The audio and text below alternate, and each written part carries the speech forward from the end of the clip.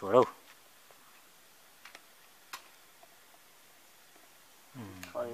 Chỉ nè. Ta là muốn học chuẩn gì đấy ạ.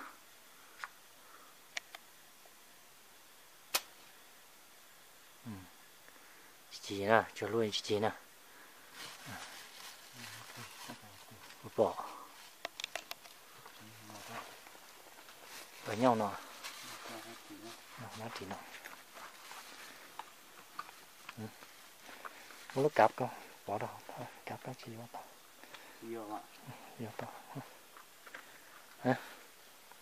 Nó sao? Nó có gì sao xỉa nè. Nó có xỉa được, nó có xỉa. Chỉ nó nè.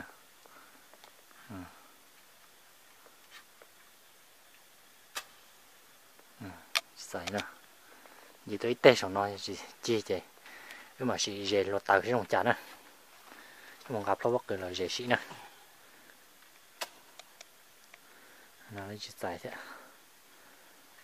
Chế chỗ tao không thấy bột chi.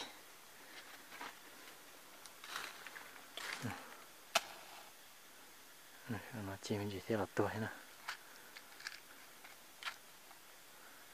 Tôi còn để cho nó ngồi cái tí.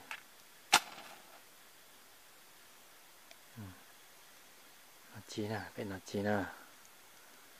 Chi tao á, nó nè. Chi đó.